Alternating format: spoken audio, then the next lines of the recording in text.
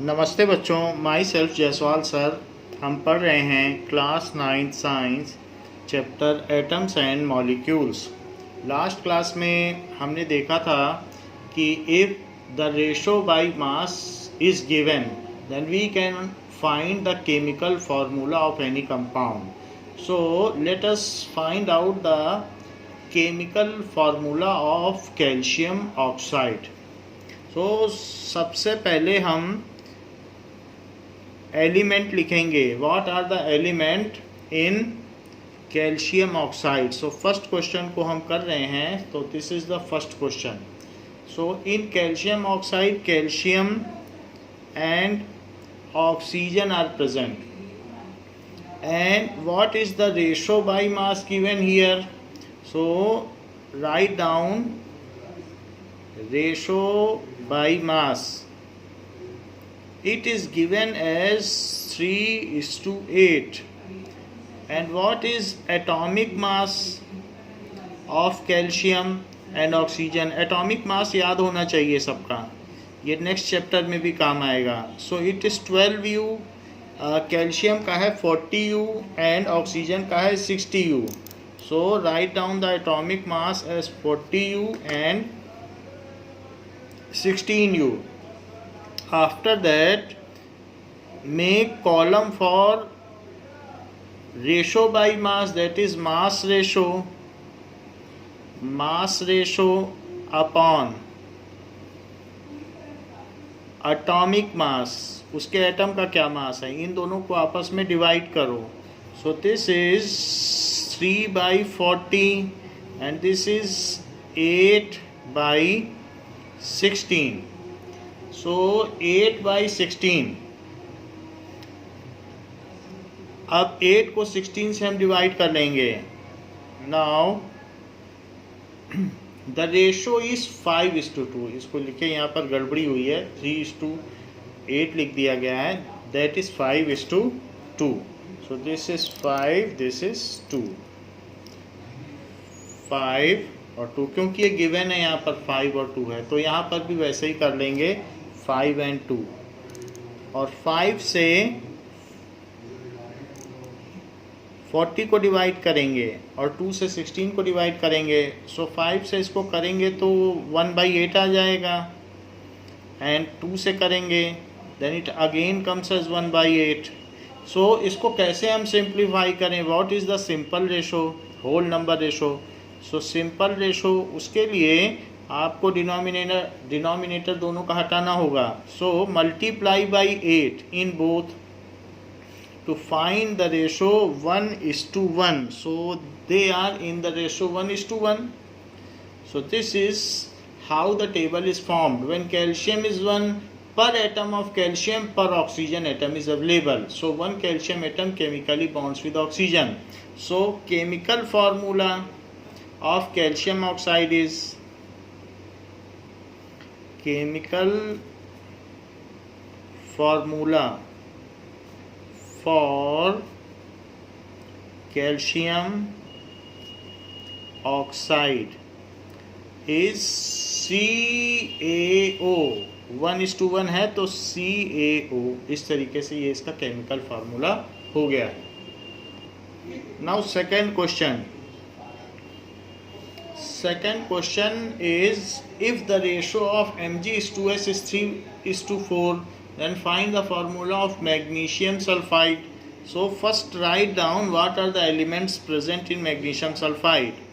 So element लिखिए, what are the element present, then ratio by mass, वही column रहेंगे, ratio by mass, then atomic mass in U. After that write down mass ratio upon atomic ratio. So mass ratio upon atomic ratio, and after that simple ratio, simple whole number ratio. तो इसी तरीके से book में table दिया है. सो element MgS में क्या है सेकंड क्वेश्चन में, this is second question. So second question को हम सॉल्व कर रहे हैं here. So elements are in magnesium sulphide Mg और दूसरा है sulphur, and they are in the ratio of 3:4. So they are in the mass ratio. अगर ये 30 ग्राम होगा तो ये 40 ग्राम होगा, इस तरीके से इनका मास रेशो होगा उसी कंपाउंड में। मान लीजिए 70 ग्राम हम लेते हैं तो 30 ग्राम ये पाया जाएगा, 40 ग्राम ये, 3:4 के रेशो में पाए जाएंगे। मैग्नीशियम का एटॉमिक मास 24U होता है जबकि सल्फर का 32U होता है।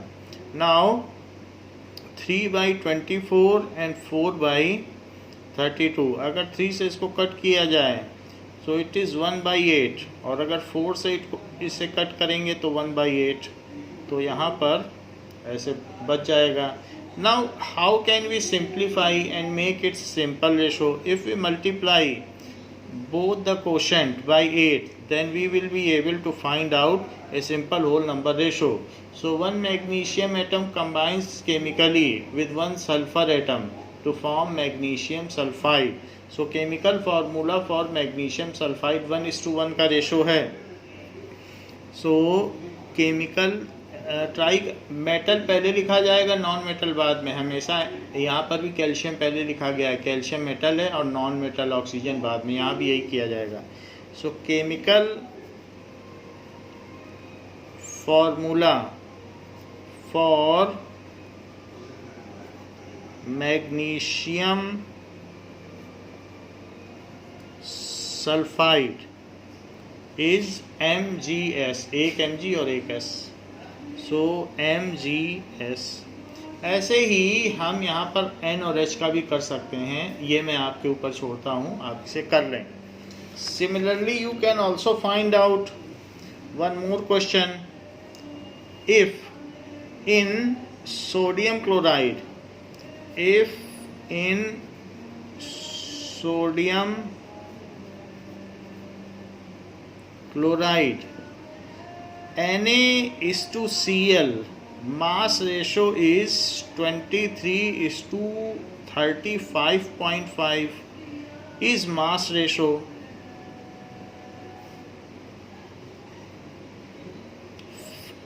Then find chemical formula of sodium chloride. Then find its chemical formula.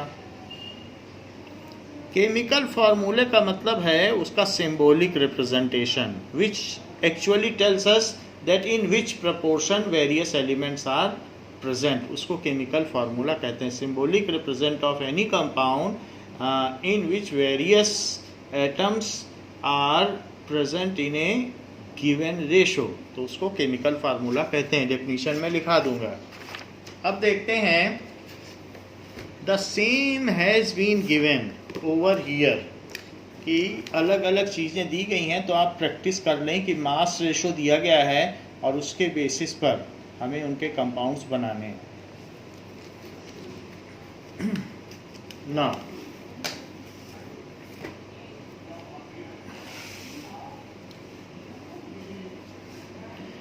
There are various atoms of various elements. हम जानते हैं कि 118 टाइप्स ऑफ एलिमेंट्स होते हैं, and so is 118 types of atoms are present. So जितने atoms होंगे उतने तरीके के एलिमेंट्स होंगे। सो अगर हम लाइटर से हैवियर एटम की ओर जाएं, सबसे हल्का, the lightest atom is of hydrogen and smallest also, सबसे छोटा हाइड्रोजन का एटम होता है। फिर धीरे धीरे एटम का साइज बढ़ता जाता है और हैवियर भी हो जाता है। वैसे तो 118 टाइप्स ऑफ एटम्स हैं, however in 9th syllabus there are only up to 20। जो फर्स्ट 20 हैं उन्हीं एटम्स को ही हमें तैयार करना है। So let us prepare them in sequence. So इसके लिए एक निमोनिक्स है याद करने का तरीका, हा ही लीबे बकनॉफ,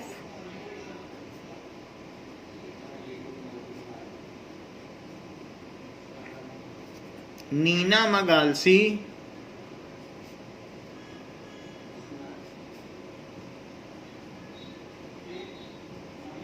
PS कलर केका।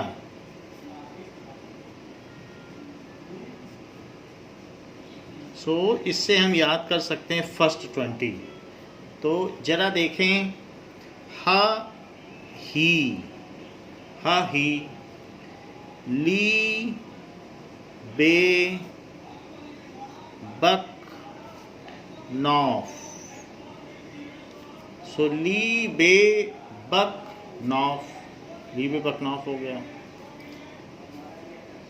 नी ना मग आल सी।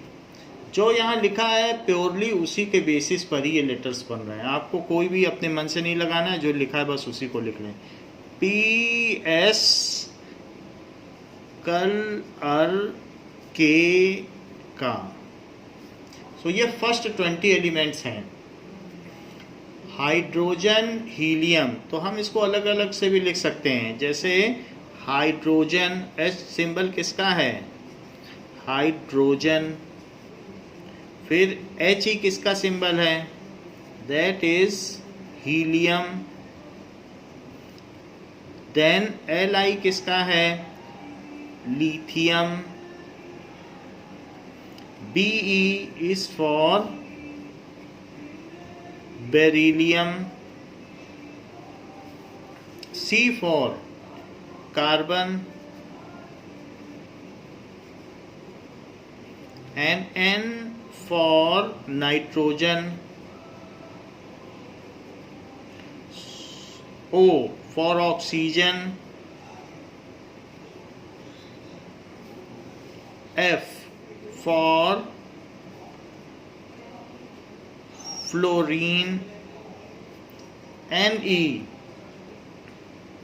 this is for neon, Na for sodium.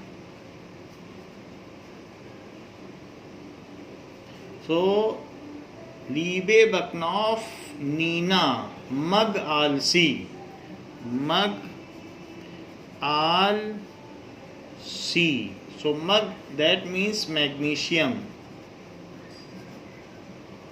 Magnesium, aluminium and silicon. So इस तरीके से हमने फर्स्ट 14 लिखे हैं। अब इसमें एक बात देख लीजिए कि किसी भी एटम में, any atom is made up of, तो किसी भी एटम के सेंटर में, दिस इज न्यूक्लियस। किसी भी एटम के सेंटर में, ऑल एटम्स के सेंटर में एक न्यूक्लियस होता है। This is very small place, 0.001% space occupy करता है। इतना छोटा है कि हम देख भी नहीं सकते। सो न्यूक्लियस, दिस इज न्यूक्लियस। इस न्यूक्लियस के अंदर क्या क्या होंगे? It contains proton and neutrons. इसके अंदर प्रोटॉन्स एंड न्यूट्रॉन्स रहेंगे। तो इसके अंदर प्रोटॉन होंगे कुछ सारे और कुछ न्यूट्रॉन रहेंगे। न्यूट्रॉन को स्मॉल एन से डिनोट करते हैं और प्रोटॉन को पी से। तो इसके ऊपर चार्जेस होते हैं। चार्ज का मतलब, charge are the fundamental quantity like mass. जैसे चार्जेस में भी उसी तरीके से होता है जैसे मास है। तो किसी भी सब्सटेंस की बेसिक प्रॉपर्टी मास है, उसमें मास जरूर होगा, कोई भी सब्सटेंस होगा, वैसे उसमें चार्जेस भी होंगे। तो न्यूक्लियस के अंदर प्रोटॉन और न्यूट्रॉन रहते हैं। ये एटम के पार्टिकल्स हैं और इनको सब एटॉमिक पार्टिकल्स कहा जाता है। एटम के पार्टिकल्स हैं इसलिए इन्हें कहा जाएगा सब एटॉमिक पार्टिकल्स।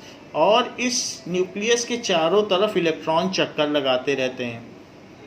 तो जितने प्रोटॉन होंगे उतने ही इलेक्ट्रॉन चक्कर लगाएंगे। अगर मान लीजिए 3 प्रोटॉन हैं तो इसके चारों तरफ 3 इलेक्ट्रॉन अलग अलग ऑर्बिट में चक्कर लगाते रहते हैं। तो ये इलेक्ट्रॉन चक्कर लगा रहा है, ये इलेक्ट्रॉन मान लीजिए चक्कर लगा रहा है, तो इस तरीके से चक्कर लगाता रहेगा। एक और इलेक्ट्रॉन भी होगा, यानी 3 प्रोटॉन है तो 3 इलेक्ट्रॉन होंगे। So they will keep on orbiting. तो proton is positively charged and electron is negatively charge. Proton is positively charge, जबकि न्यूट्रॉन न्यूट्रल होता है।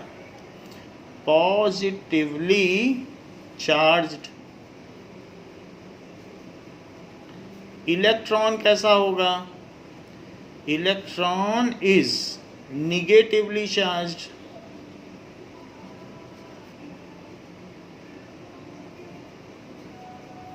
Neutron is neutral, neutron is neutral, तो ये न्यूट्रल होगा। जबकि ये पॉजिटिवली चार्ज होता है और ये निगेटिवली। और इनके सिंबल्स क्या होते हैं? There symbols are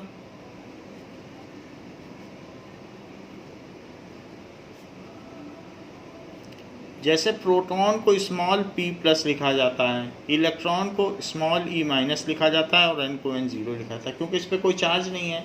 these are सब atomic particles of atom, atom के पार्टिकल्स हैं, एटम इसी से मिलके बना होता है। Atomic particles of atom, atom is made up of electron, proton and neutron. Atom किससे मिलके बना है? Is made of electron, proton and neutron. Now any atom contains same number of electrons as are the number of protons, जितने proton होंगे उतने ही electron होंगे। So any atom, neutron कम ज़्यादा हो सकते हैं लेकिन प्रोटॉन और इलेक्ट्रॉन सेम, क्योंकि ये न्यूट्रल हैं। तो any atom contain same number of electrons as are protons, जितने प्रोटॉन होंगे उतने ही इलेक्ट्रॉन होंगे। एंड एक इलेक्ट्रॉन और एक प्रोटॉन आपस में एक दूसरे को न्यूट्रलाइज कर सकते हैं, क्योंकि जितना इस पे निगेटिव चार्ज है उतना इस पे पॉजिटिव चार्ज है। जैसे -2 और +2, अगर इनको जोड़ोगे तो 0 आ जाएगा। तो इतना जितना इस पे निगेटिव है उतना ही इस पे पॉजिटिव चार्ज होता है। तो इसलिए electron and proton contains equal and opposite charge. Proton contains equal and opposite charge. तो अगर सेम नंबर ऑफ इलेक्ट्रॉन और सेम नंबर ऑफ प्रोटॉन रहेंगे तो वो एक दूसरे को न्यूट्रलाइज कर देंगे। और कुछ चीज़ें और भी हैं, जैसे कोई भी दो इलेक्ट्रॉन सेम चार्ज, कभी आपने मैग्नेट में देखा है, मैग्नेट रिपेल भी करते हैं, नॉर्थ नॉर्थ पोल आपस में रिपेल करते हैं, जबकि नॉर्थ और साउथ अट्रैक्ट कर जाते हैं। तो उसी तरीके से जो सिमिलर चार्जेस हैं, जैसे E और E-, सिमिलर चार्जेस है तो वो दूर भागेंगे। सिमिलर चार्जेस, जैसे प्रोटॉन भी हो तो प्रोटॉन भी अगर दो प्रोटॉन, चाहे दो निगेटिव चार्ज हो वो भी दूर भागेगा, और पॉजिटिव पॉजिटिव हो तो भी दूर भागेगा। लेकिन इलेक्ट्रॉन एंड प्रोटॉन आपस में अट्रैक्ट होते हैं, इसी वजह से इलेक्ट्रॉन उसके चारों तरफ सराउंड रहते हैं और बंधे रहते हैं, इसीलिए भागते नहीं है, क्योंकि वो इससे अट्रैक्टेड हैं। तो इलेक्ट्रॉन और प्रोटॉन अट्रैक्ट होते हैं आपस में। सो electron and proton get attracted towards each other. जैसे ऐसा देख लें कि इलेक्ट्रॉन और प्रोटॉन ये आपस में अट्रैक्ट होंगे, ये चीज़ है। नाउ जैसे ये मैग्नेट है तो इसमें आप देख सकते हैं कि N लिखा है एंड S लिखा है। सो इस तरीके से आप देख सकते हैं, this is N and this is S।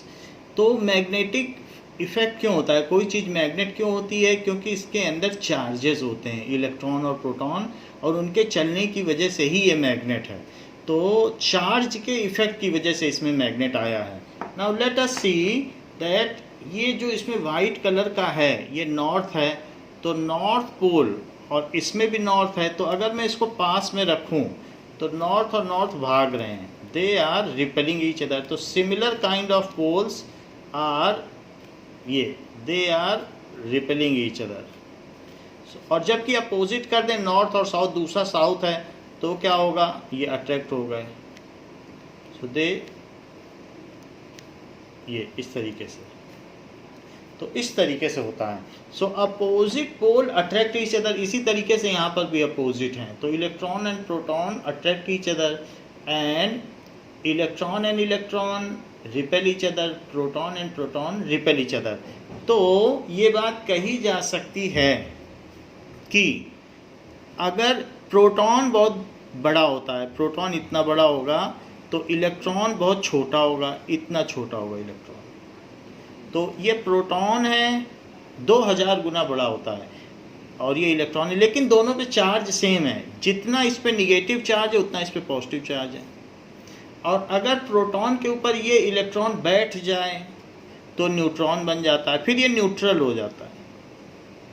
मान लीजिए इसके ऊपर एक इलेक्ट्रॉन बैठ गया, तो ये निगेटिव चार्ज है और इसका टोटल पॉजिटिव चार्ज, तो प्रोटॉन का पॉजिटिव चार्ज और ये जो इलेक्ट्रॉन इस पे बैठा, अब ये कहलाएगा न्यूट्रॉन, तो ये न्यूट्रल हो गया।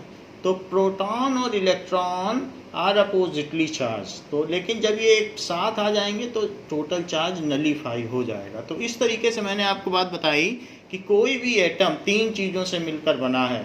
The subatomic particles are proton, electron and neutron, ये बात बताई। And protons and electrons are equal in number. अब हम वापस अपनी बात पर आते हैं। These things are expressed in the next chapter. जो हम नेक्स्ट चैप्टर पढ़ेंगे तो स्ट्रक्चर ऑफ एटम में ये सारी बातें बताई गई हैं। तो अब हाइड्रोजन में देखो, प्रोटॉन कितना होगा और उतना ही इलेक्ट्रॉन होगा। सो हाइड्रोजन में 1 प्रोटॉन होगा और 1 इलेक्ट्रॉन होगा। जितने भी प्रोटॉन हैं उसको यहाँ लिखा जाएगा 1, और उतने ही इलेक्ट्रॉन है, तो number of proton is written always here. फिर हीलियम में 2 और ये भी 2, ये दोनों सेम होंगे तभी तो एटम न्यूट्रल होता है। लिथियम में 3, बेरिलियम में 4, कार्बन, यहाँ पर एक बोरॉन भी आएगा, बोरॉन छूट गया, that is boron. So boron में 5, तो यहाँ पर ये लिखते जाइए 1 2 3 4 5 और 6। तो यहाँ नीचे की ओर लिखना होता है 6। तो यहाँ पर इस कार्बन में दोनों में 6 6 हैं, और ये 7 8, ये नंबर ऑफ प्रोटॉन्स हैं, लेकिन इतने ही नंबर ऑफ इलेक्ट्रॉन्स भी होंगे। 9 10 11 12 ऐसे 13 14। तो these are various number of protons. तो हम यहाँ पर भी लिख लें क्योंकि जितने प्रोटॉन है उतने ही इलेक्ट्रॉन है। तो 7 7 8 9 प्रोटॉन 9 इलेक्ट्रॉन, 10 प्रोटॉन 10 इलेक्ट्रॉन। इसके अलावा 11 प्रोटॉन 11 इलेक्ट्रॉन। फिर यहाँ मैग्नीशियम है, सो मैग्नीशियम में 12 प्रोटॉन 12 इलेक्ट्रॉन। फिर एल्यूमिनियम में 13 13 14 14 सिलिकॉन में। तो ये सारी हमने बातें लिख ली। फिर सिलिकॉन के बाद क्या होता है, लीबे बकनॉफ नीना मग आलसी पीएस कलर के का। सो पी का मतलब फॉस्फोरस, इसमें 15 हो जाएगा, सब सीक्वेंस से है। तो फर्स्ट 20 ही हमें याद करने हैं, सिलेबस में इतना ही है। तो इट इज़ 15 एंड 15, ये हो गया। इसके अलावा पी एस कलर के का, तो एस का मतलब सल्फर, सो राइट डाउन सल्फर, और सल्फर का सिंबल एस होगा।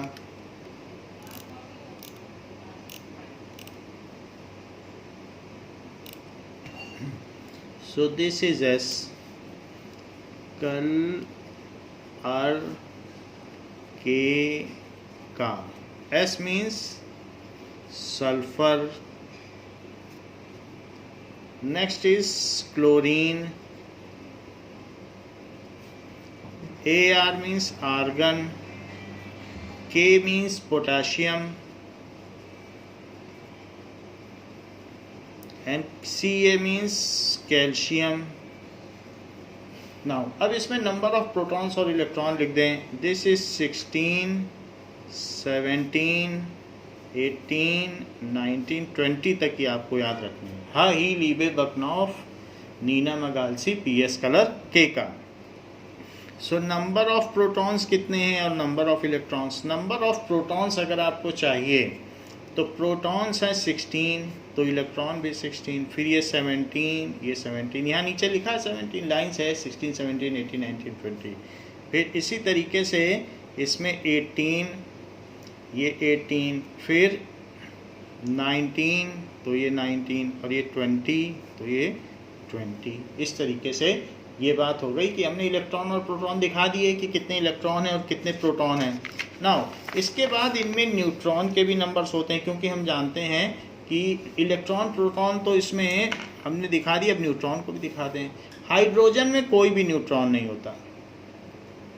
इसके अलावा हीलियम में जितना ये 2 प्रोटॉन तो 2 न्यूट्रॉन। लिथियम में 3 है, 3 प्रोटॉन, इसमें एक ज़्यादा न्यूट्रॉन होता है। न्यूट्रॉन न्यूट्रल है, उनका कुछ खास मतलब नहीं है, फिर भी दिखाया जाता है। तो लिथियम और ये चीज़ हो गई। अब देखो बेरिलियम में 4, तो ये 5 हो गया, एक ज़्यादा होता है। बोरॉन में 5 है, तो इसमें 6 हो गया, दैट इज़ 1 मोर। लेकिन कार्बन में भी 6 ही होता है, 6, 6, 6, तो ये इसमें ये ट्रियो बन गया एक जैसा। कहीं कहीं ट्रियो भी बन जाता है, ये ट्रियो बन गया। नाइट्रोजन में भी ट्रियो बन जाता है, ऑक्सीजन में भी ट्रियो बन जाता है, लेकिन बढ़ता जा रहा है 6, 6, 7, 8। फिर इसके बाद देखो फ्लोरीन में नहीं बन पाता, ये 10 है, किसी किसी में बढ़ जाता है।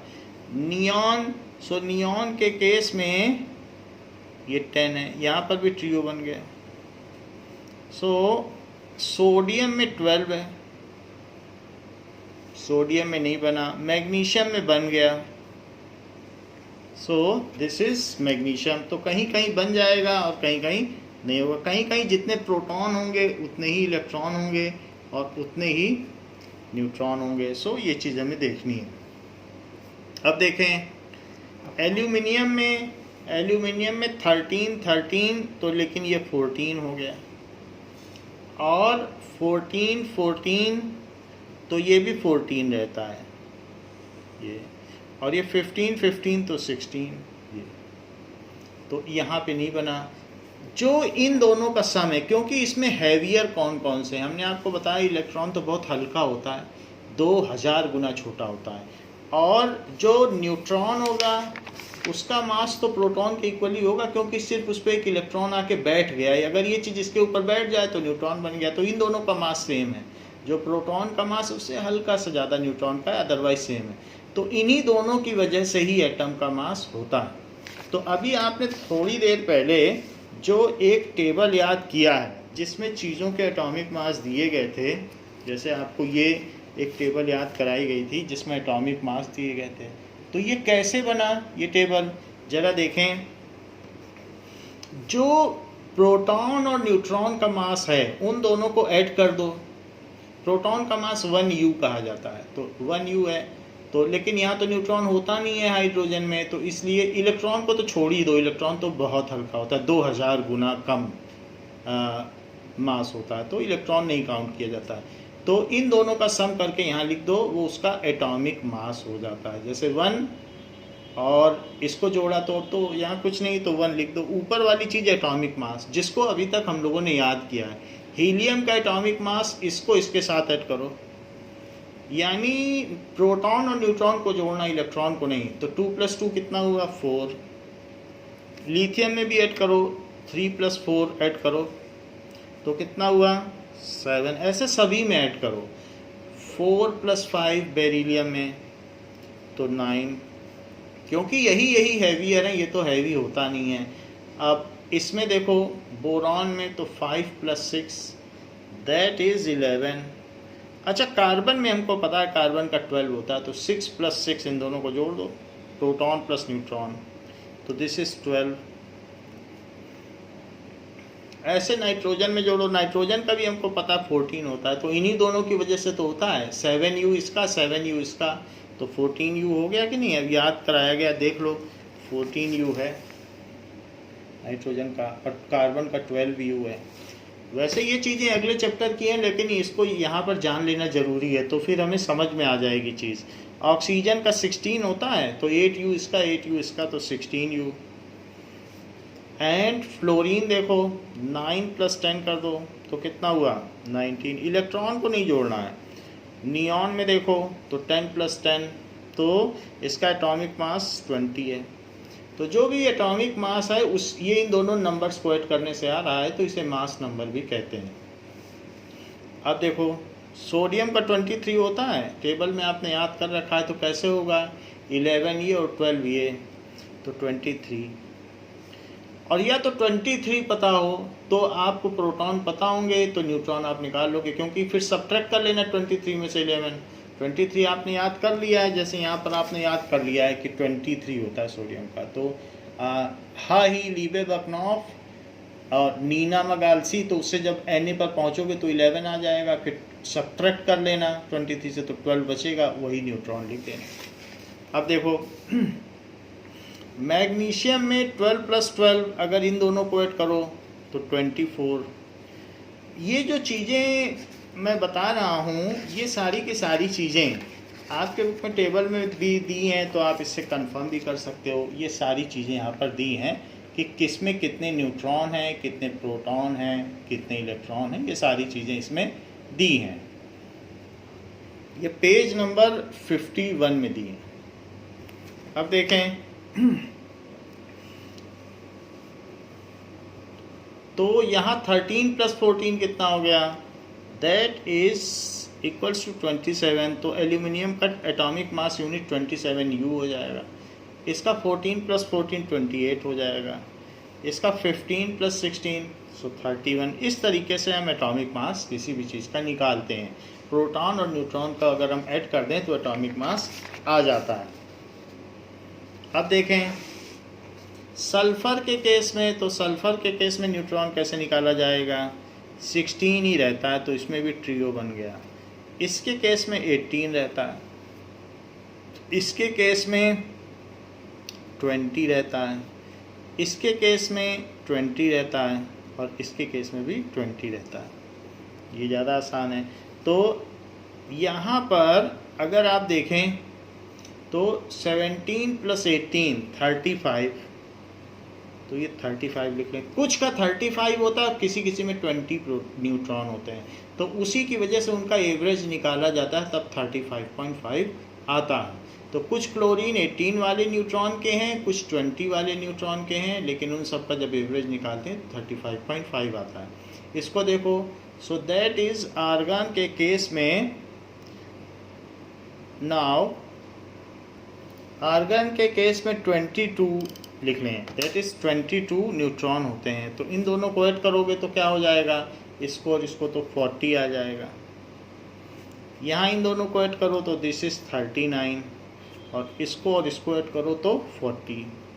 इन this way we have seen the various types of elements जो सीक्वेंस वाइज आपके इसमें दिए गए हैं। ही, लीबे, बकनॉफ, नीना, मगालसी, पीएस, कलर, के का उसी क्रम में दिए गए हैं, और उनके इलेक्ट्रॉन और प्रोटॉन हैं। नाउ अब हम देखेंगे कि एज वी हैव सीन कि कोई भी एटम इलेक्ट्रॉन, प्रोटॉन और न्यूट्रॉन से मिलकर बना होता है, तो हम उसमें ये चीज़ देखेंगे, इलेक्ट्रॉन रिवॉल्व अराउंड न्यूक्लियस। तो वो न्यूक्लियस के चारों तरफ मूव करते थे, इलेक्ट्रॉन बाहर बाहर रहते हैं।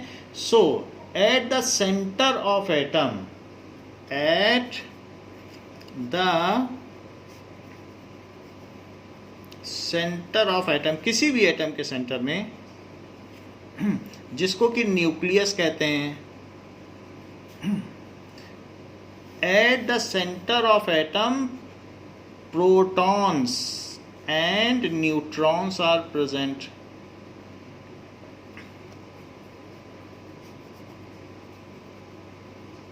while electron revolve around nucleus, nucleus के चारों तरफ ये घूमते रहते हैं इलेक्ट्रॉन। इन ऑर्बिट्स, अब जैसे अर्थ अपनी ऑर्बिट पे घूमती है तो इन ऑर्बिट्स अपनी ऑर्बिट्स में घूमते हैं. In first orbit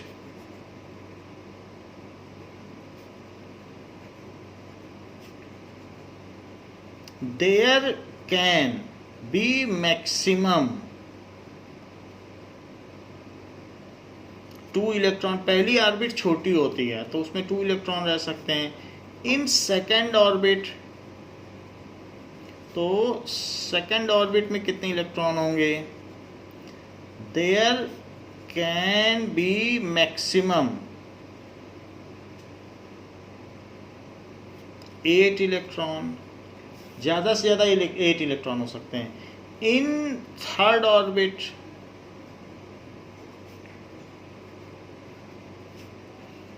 there can be maximum 18 electron, तो थर्ड में 18 इलेक्ट्रॉन हो सकते हैं. However if any atom is not able to complete its 18 electron, then it tries to make 8 electron in the outermost orbit. मान लीजिए ये third orbit outermost है किसी केस में. So if any atom has not a complete outermost orbit, complete outermost orbit, then it tries to maintain 8 electron in that. तो ऐसे case में अगर मान लीजिए वो 18 नहीं कर पा रहा है तो 8 रखने की कोशिश करेगा, और अगर उसके पास फालतू इलेक्ट्रॉन बचते हैं तो किसी और को दे देगा, और अगर कमी पड़ती है तो किसी और से ले लेगा. तो इसी वजह से इलेक्ट्रॉन लिए या दिए जाते हैं. तो to complete its octet, octet का मतलब 8 इलेक्ट्रॉन, ये 8 का मतलब ऑक्टेट होता है. इट आइदर डोनेट्स इलेक्ट्रॉन और एक्सेप्ट इलेक्ट्रॉन्स. फालतू इलेक्ट्रॉन, एक्सेस इलेक्ट्रॉन वो डोनेट कर देगा, और अगर कम पड़ रहा है 8 पूरा करने में तो ले भी लेगा. ये चीज़ें अब हम देखेंगे. तो यहाँ हमने ये बात देख ली है कि क्या रूल है. पहले में 2, सेकंड में 8 और थर्ड में 18. ये देखो लिखा है 2, 8, 18. 18 नहीं पूरा कर पाएगा तो 8 करेगा. अब हम देखेंगे कि ये जो डिफरेंट एटम्स हैं पेज नंबर 50 में दिखाया गया है कि कैसे अपनी ऑर्बिट कंप्लीट करते हैं.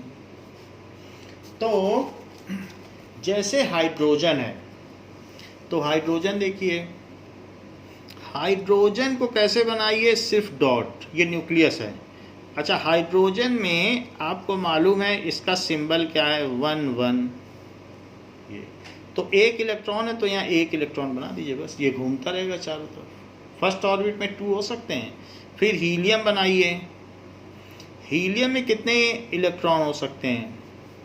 हीलियम, हाँ ही, क्योंकि 1 के बाद अब 2 ही आएगा, और यहाँ 4 रहता है क्योंकि 2 प्रोटॉन है तो 2 ही न्यूट्रॉन होते हैं इसमें. अच्छा, 2 प्रोटॉन है तो 2 इलेक्ट्रॉन भी रहेंगे, क्योंकि जितने प्रोटॉन होंगे उतने ही इलेक्ट्रॉन रहेंगे. और हम जानते हैं कि फर्स्ट ऑर्बिट में 2 इलेक्ट्रॉन आ सकते हैं मैक्सिमम. तो जब पहली ऑर्बिट जब तक फुल नहीं हो जाएगी तब तक इलेक्ट्रॉन दूसरी ऑर्बिट में नहीं जाता है. दिस इज फर्स्ट ऑर्बिट, जिसको कि के शेल भी कहते हैं. फिर इसके बाद अब थर्ड बताइए, तो थर्ड में क्या होगा, हा ही लीबे बकनॉफ लिथियम. तो लिथियम में अब 3 इलेक्ट्रॉन है, और ये 7 का मतलब 4 प्रोटॉन हो जाएंगे और 4 न्यूट्रॉन और 3 प्रोटॉन, तो ये 7 हो जाएगा. ये प्रोटॉन प्लस न्यूट्रॉन होता है. ये चीज़ क्या होती है कि P + N उनकी संख्या है, और जबकि ये किसका नंबर है, ये P का नंबर है. तो इलेक्ट्रॉन कहीं नहीं दिखाए जाते. इलेक्ट्रॉन अंडरस्टूड है, जितने P होते हैं उतने ही E होते हैं, इलेक्ट्रॉन होते हैं, और ये P + N है. तो 3 प्रोटॉन तो हमें पता ही चल जाएगा, 4 न्यूट्रॉन है. How ever it is at centre, neutron at centre है, वो हम दिखा नहीं रहे, प्रोटॉन भी नहीं दिखा रहे, सिर्फ डॉट से दिखा रहे हैं. इलेक्ट्रॉन और प्रोटॉन से हमें खास मतलब नहीं है, वो सेंटर में पड़े हैं, वो रिएक्शन में पार्टिसिपेट ही नहीं करते हैं, सिर्फ इलेक्ट्रॉनों का ही लेना देना होता है. तो अब ज़रा देखो कि ये इसमें हमने 2 ऑर्बिट्स बना दी। आप कहेंगे 2 क्यों बना दी? तो 2 इसलिए बना दी क्योंकि इसमें 3 प्रोटॉन है तो 3 इलेक्ट्रॉन होंगे। अब फर्स्ट ऑर्बिट में तो 2 ही इलेक्ट्रॉन रह सकते हैं, तो सेकंड ऑर्बिट में एक और इलेक्ट्रॉन हो गया, तो 2 इलेक्ट्रॉन ये। अब ये फर्स्ट ऑर्बिट एकोमोडेट हो गई, अब अगला इलेक्ट्रॉन नेक्स्ट ऑर्बिट में जाएगा। तो ये के शेल, ये एल शेल। अब जरा देखें, हा ही ली, लिथियम हो गया, ली बे। अब बनाइए बेरिलियम। तो बेरिलियम में क्या होगा?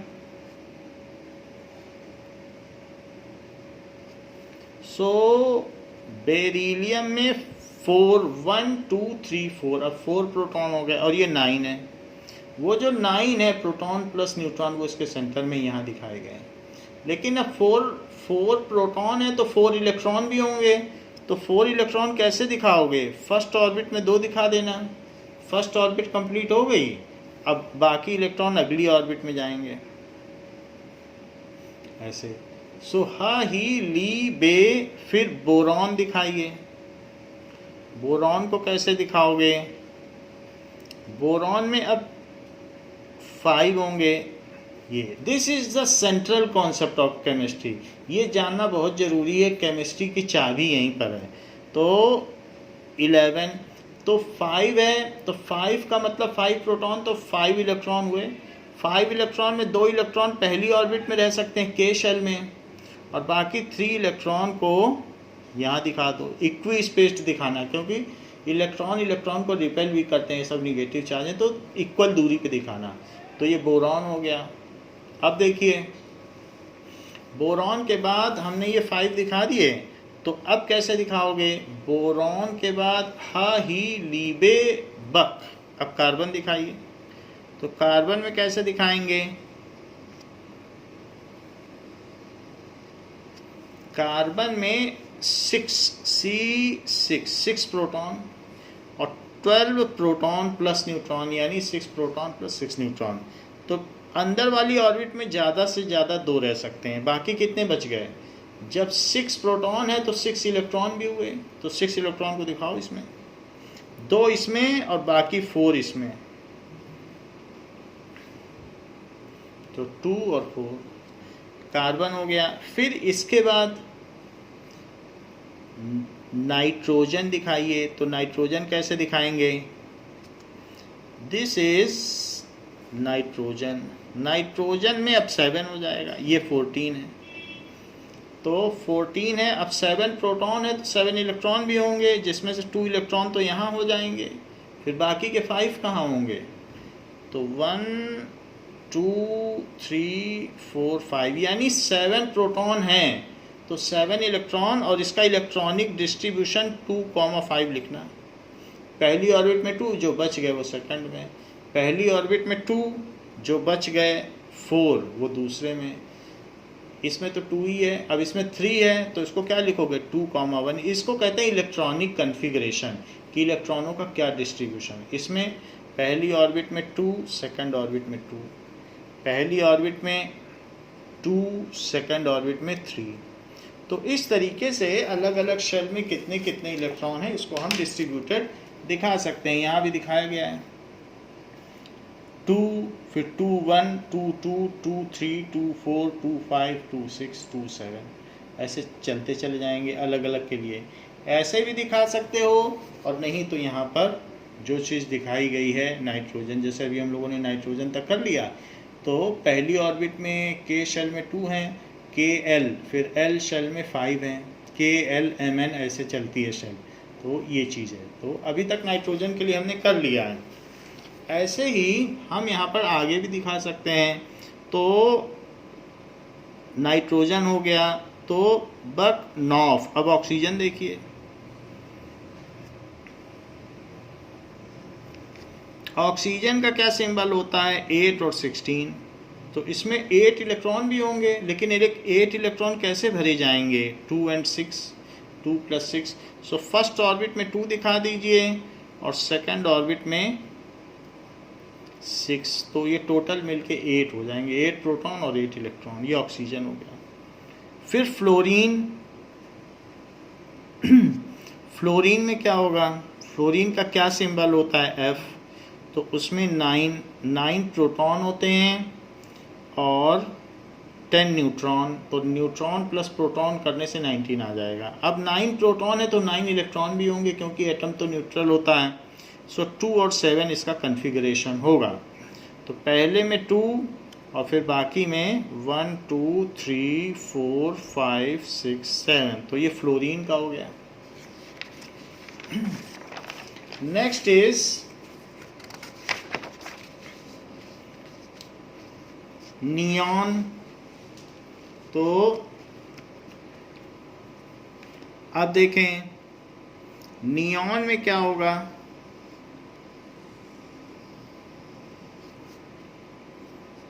नियॉन इसमें होगा 10 और 20, तो 10 प्रोटॉन तो 10 ही इसमें हो जाएंगे इलेक्ट्रॉन, तो 2 और 8 से होंगे। सो ये 2 और फिर इसमें 8 हो जाएगा। 1 2 3 4 5 6 7 8 ऐसे हो जाएगा। फिर नेक्स्ट इज, इसीलिए नियॉन किसी से रिएक्ट नहीं करता, इसीलिए तो ये मोनो एटॉमिक है क्योंकि इसका ऑक्टेट कंप्लीट है। आउटर मोस्ट ऑर्बिट अगर कंप्लीट है तो वो किसी से रिएक्ट नहीं करेगा। सो आप देख लें आउटर मोस्ट में 8 है, so it will not react with anybody. So sodium के केस में क्या है, सोडियम के केस में 11 और 23, तो 11 इसमें इलेक्ट्रॉन भी होंगे, तो पहले में 2 और दूसरे में 8, लेकिन 1 बच गया तो वो तीसरे में जाएगा। The third orbit will be occupied with 1 electron. So this is the third orbit या third shell. First shell contains 2 electron, second shell contains 8 electron and the third shell contains 1 electron. So KLM shell, तो इस तरीके से third shell में 1 electron हो गया क्योंकि 8 से ज़्यादा सेकंड में आ ही नहीं सकते हैं। तो ये चीज़ हो गई। फिर अब देखिए Mg, मैग्नीशियम में क्या होगा, तो मैग्नीशियम का क्या सिंबल है, उसमें कितने प्रोटॉन होते हैं, ये चीज़ हमें जाननी होगी। सो अब इसमें 12 हो जाएंगे, 10 11 12, नीना मग आलसी, और ये 24 हो जाएगा। सेंटर में तो न्यूक्लियस है लेकिन 12 प्रोटॉन है तो 12 इलेक्ट्रॉन भी होंगे, तो 2 8 2। तो सबसे पहले 2, फिर 1 2 3 4 5 6 7 8, फिर 2 और लगा दो यहाँ, तो ये Mg हो गया।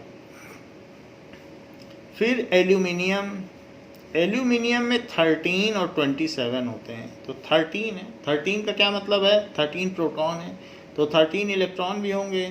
सो 2 8 3, ये सब फार्मूले के हिसाब से होते हैं। जैसे 2n² फार्मूला चलता है, तो 2n² फार्मूला है तो यहाँ पर हो जाएगा 2 × 1², फिर ये हो जाएगा 2 × 2²। तो फिर पहले ऑर्बिट में एट मोस्ट 2, दूसरे में 2 × 2², दैट इज़ 4 × 2 8, और फिर 2 × 3² तो 18 होता है। जैसा हमने पीछे देखा था कि थर्ड ऑर्बिट में 18 होते हैं मैक्सिमम, तो 18 अभी नहीं है, धीरे धीरे बढ़ते बढ़ते हो जाएंगे। तो थर्ड में 2 × 3² हो जाएगा, फोर्थ में 2 × 4² हो जाएगा, जितनी ऑर्बिट होती जाएंगी। तो 2 8 18 32 ऐसे बढ़ते हैं, फार्मूला ये होता है। तो फर्स्ट ऑर्बिट में ये, सेकंड, तो अभी सेकंड में 8 डाल दिया, यहाँ पर भी यही करो।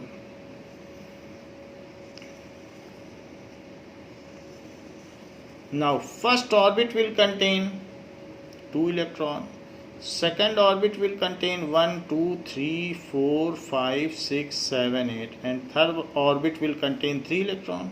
ऐसे होगा, तो उसका हमने ये कन्फिग्रेशन दिखा दिया।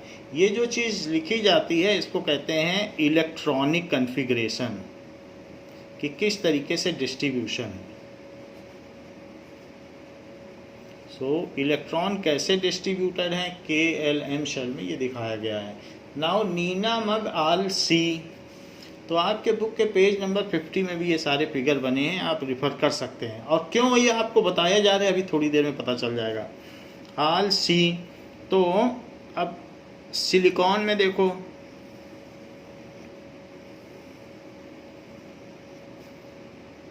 सिलिकॉन में 14 होते हैं और 28। तो 14 अगर प्रोटॉन है तो 14 इलेक्ट्रॉन भी होंगे, तो वो कैसे भरेंगे?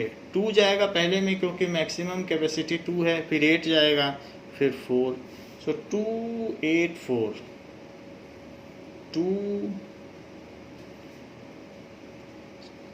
8 और फिर यहाँ पर 4। इस तरीके से 2 8 4 हमने भर दिया। नाउ फिर फॉस्फोरस में 15 और 31, 15 प्रोटॉन और जो बाकी बच गए उससे न्यूट्रॉन निकाल लेना, 16 आ जाएंगे। सो ये तो न्यूक्लियस हो गया। K shell, M shell, N shell, K orbit भी बोल सकते हो। तो 15 को कैसे फिल करोगे? 2 और 8 तो पहले फिल कर दोगे, 10 ये हो गया, फिर बचे हुए 5 यहाँ चले जाएंगे, तो 2 इसमें फिल करो। ये सारे कंसेंट्रिक सर्कल हैं, हाथ से बनाने में ठीक नहीं बन रहे हैं बट ये कंसेंट्रिक हैं। 7 8 और 5 इसमें डाल दो। ये फास्फोरस हो गया। फिर सल्फर येलो कलर का होता है, गंधक। तो सल्फर का क्या होगा? सल्फर का 16 हो जाएगा। जब फास्फोरस का 15 है तो सल्फर का 16 हो जाएगा। सब लाइन से हैं। और ये 32, तो इसमें 2 8 6, पहले में 2, फिर 8, फिर 6, तो ये सल्फर हो गया। नाउ क्लोरीन, तो क्लोरीन में क्या है? Cl 17 35। तो अब देखें,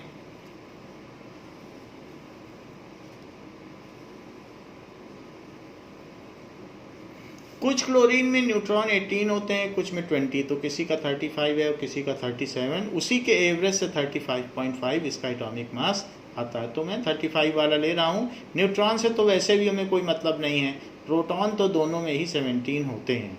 तो एक क्लोरीन होगा 17 Cl 35 और दूसरा होगा 17 Cl 37। तो न्यूट्रॉन के बदलने से एटम की प्रॉपर्टी में कुछ खास फर्क नहीं पड़ता है, इसलिए दोनों ही क्लोरीन ही हैं।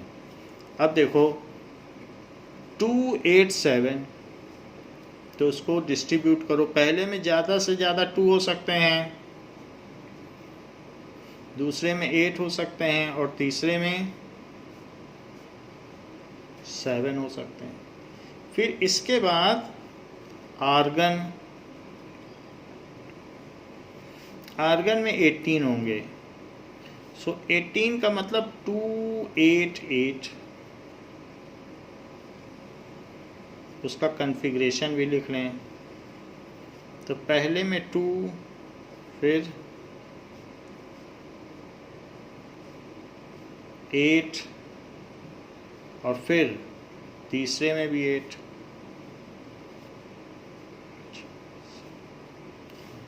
फिर के पोटाशियम में क्या होगा? के एल एम और फिर एन शेल भी हो जाएगी। इसमें 4 शेल हो जाती हैं, अभी तक 3 थी। दैट इज 19 और 39। जरा चेक करें, 2 8 10 हो गया। तो यहाँ अब 8 रखेगा, एक बाहर छोड़ देगा, कहेगा कि जिसको मर्जी ये ले ले, हमसे हमें चाहिए नहीं, हमें तो अपना ऑक्टेट पूरा करना है। क्योंकि ये अब 18 तो पूरा कर नहीं सकता है, थर्ड में 18 होते हैं। अब 9 से 18 कहाँ कोई इसको 9 इलेक्ट्रॉन कौन दे देगा? कोई नहीं देगा। तो इसलिए ये एक इलेक्ट्रॉन छोड़ देता है कि जिसको ये फालतू इलेक्ट्रॉन है, जिसको लेना है ले ले, और मैं 288 में ही संतुष्ट हूँ। सो 1 2 3 4 5 6 7 8, तो दूसरे में 8 आ गया। फिर तीसरे में 8, तीसरे में इसने 8 रखा, 18 तो नहीं कर पाएगा। 3 4 5 6 7 8, और फिर एक इलेक्ट्रॉन यहाँ रख दिया। तो मेटल वो होते हैं जिनके पास एक्स्ट्रा इलेक्ट्रॉन होते हैं और वो डोनेट करते हैं। नॉन मेटल वो होते हैं जिनके पास एक इलेक्ट्रॉन इसको और मिल जाता है क्लोरीन को, तो ये अपना ऑक्टेट पूरा कर लेता है। अभी 7 है, तो इसका हो गया है, तो इसके पास फालतू हैं, तो ये इसको दे देगा। कहेगा के बोलेगा कि तुम्हें लेना है, तुम्हारे पास 7 है, और मेरे पास एक फालतू है, तुम मुझसे ले लो, और फिर KCl बन जाएगा, ये देगा और ये ले लेगा, तो इसलिए पोटेशियम क्लोराइड बन जाएगा। तो इसके जब ये एक इलेक्ट्रॉन निकाल देगा तो इसके सेंटर में एक प्रोटॉन एक्स्ट्रा रह जाएगा, क्योंकि प्रोटॉन तो कोई नहीं निकाल सकता, वो न्यूक्लियस में है। तो सेंटर में तो 19 प्रोटॉन रहेंगे, लेकिन एक इलेक्ट्रॉन दे देने से इसके पास अब 18 इलेक्ट्रॉन है। तो now the atom will not know more B neutral. अगर ये अपना एक इलेक्ट्रॉन निकाल दे ऑक्टेट पूरा करने के लिए, 8 आउटर मोस्ट में 8 होने चाहिए, उससे ज़्यादा नहीं होने चाहिए, तो एक दे देगा, कहेगा ये फालतू है। लेकिन एक इलेक्ट्रॉन चला गया और सेंटर में एक प्रोटॉन बचा है, तो एक एक्सेस पॉजिटिव चार्ज हो गया ना, क्योंकि प्रोटॉन तो वहीं रहा और इलेक्ट्रॉन निकल गया, तो उस प्रोटॉन का जो चार्ज है वो इस पूरे एटम को K+ बना देगा। और इस वजह से पोटेशियम पर कैसा चार्ज हो जाएगा, पॉजिटिव चार्ज हो जाएगा। तो इस तरीके से आयंस बनते हैं। तो आयंस क्यों बनते हैं, क्योंकि वो अपना ऑक्टेट पूरा करना चाहते हैं, इसलिए आयंस बनते हैं। जैसे ये देखो, पोटेशियम है तो K+ बन गया, ये चीज़ हो गई। ऐसे ही सोडियम भी करेगा। सोडियम कहेगा कि मेरे पास एक फालतू है, क्योंकि अब मुझे ऑक्टेट पूरा करना है, ये निकालना चाहता हूँ, लेकिन इलेक्ट्रॉन चला जाएगा और सेंटर में तो प्रोटॉन पूरे 11 के 11 हैं, प्रोटॉन 11, इलेक्ट्रॉन रह गए 10। तो अब 10 इलेक्ट्रॉन और 11 प्रोटॉन, एक एक्सेस प्रोटॉन रह गया, तो इस पर 1+ चार्ज आ जाएगा, तो सोडियम प्लस हो जाएगा। ये देखो, सोडियम प्लस है, क्योंकि मेटल वो होते हैं जो इलेक्ट्रॉन दे देते हैं, नॉन मेटल वो होते हैं जो इलेक्ट्रॉन ले लेते हैं। तो ये एक इलेक्ट्रॉन दे देगा, कहेगा मुझे तो नहीं चाहिए, मेरा ऑक्टेट पूरा हो गया, लेकिन इलेक्ट्रॉन के निकलने से सेंटर में प्रोटॉन एक एक्स्ट्रा रह जाएगा, क्योंकि वो तो 11 है और प्रोटॉन इलेक्ट्रॉन रह गए 10। तो इक्वल रहते तो न्यूट्रल रहता, लेकिन इसने तो दे दिया, तो इसलिए ये Na+ बनाता है अपना ऑक्टेट पूरा करने के लिए। लेकिन ये जो इलेक्ट्रॉन इसने निकाला वो जाएगा कहाँ, इसके पास, क्लोरीन के पास। क्लोरीन के पास 7 है, क्लोरीन कहेगा कि ऐसे फेंको मत, मुझको दे दो, मेरे पास एक कम पड़ रहा है। तो अब इसने एक इलेक्ट्रॉन ले लिया, तो इसके सेंटर में 17 प्रोटॉन, लेकिन एक इलेक्ट्रॉन अगर ये सोडियम से ले लेगा तो इस पर 18 इलेक्ट्रॉन हो जाएंगे, एक इलेक्ट्रॉन ज़्यादा हो गया। और जबकि सेंटर में प्रोटॉन तो अभी तक तो न्यूट्रल था, और एक इलेक्ट्रॉन के आ जाने से इस पर एक निगेटिव चार्ज आ जाएगा, एक इलेक्ट्रॉन के निकल जाने से इस पर पॉजिटिव चार्ज आ जाएगा, क्योंकि सेंटर में प्रोटॉन अब एक एक्स्ट्रा हो गया है और इलेक्ट्रॉन तो हट गया है, तो इसलिए ये पॉजिटिव चार्ज आएगा। तो मेटल हमेशा जब भी अपना इलेक्ट्रॉन देते हैं, पहली बात मेटल इलेक्ट्रॉन देते हैं और इलेक्ट्रॉन दे के वो पॉजिटिवली चार्ज हो जाते हैं, और नॉन मेटल इलेक्ट्रॉन लेते हैं और लेकर वो निगेटिवली चार्ज हो जाते हैं। तो क्लोरीन निगेटिवली चार्ज हो जाएगा। जैसे कि यहाँ देखें तो Cl आप देख रहे हैं, Cl निगेटिव है, यही बात है। अब जरा देखें PS कलर K का, तो कैल्शियम में क्या होगा,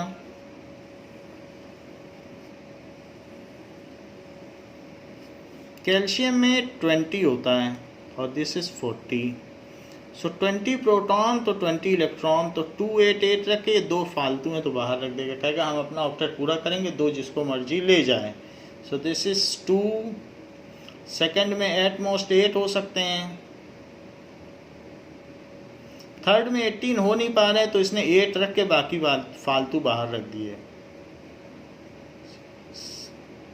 और 2 बाहर रख दिए, ये तो ये चीज़ हो गई। तो इस तरीके से हमने सबके इलेक्ट्रॉनिक कन्फिग्रेशन बना दिए हैं। नाउ जैसे हमने सबके इलेक्ट्रॉनिक कन्फिग्रेशन बना दिए हैं, तो आप इसमें लिख भी सकते हैं कि हाइड्रोजन का इलेक्ट्रॉनिक कन्फिग्रेशन 1, हीलियम का इलेक्ट्रॉनिक कन्फिग्रेशन 2,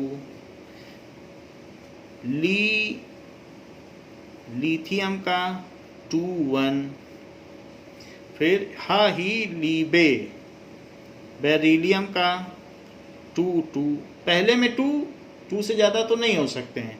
फिर इसके बाद बक नॉफ नी ना मग हाल सी पी एस कल हल के ऐसे। तो 4 5 6 7 8 9 10 11 12 13 14 15 16 17 18 19। तो 5 है, 5 प्रोटॉन है तो 5 इलेक्ट्रॉन होंगे, तो 2 और 3, पहले में 2 फिर बाकी बचे 3। 6 प्रोटॉन तो 6 इलेक्ट्रॉन है तो 2 और 4। 7 प्रोटॉन तो 7 इलेक्ट्रॉन, 7 इलेक्ट्रॉन कैसे बटेंगे 2 5। इसी तरीके से 8 प्रोटॉन तो 8 इलेक्ट्रॉन तो 2 6 2 7, जितने प्रोटॉन उतने ही इलेक्ट्रॉन, 2 8।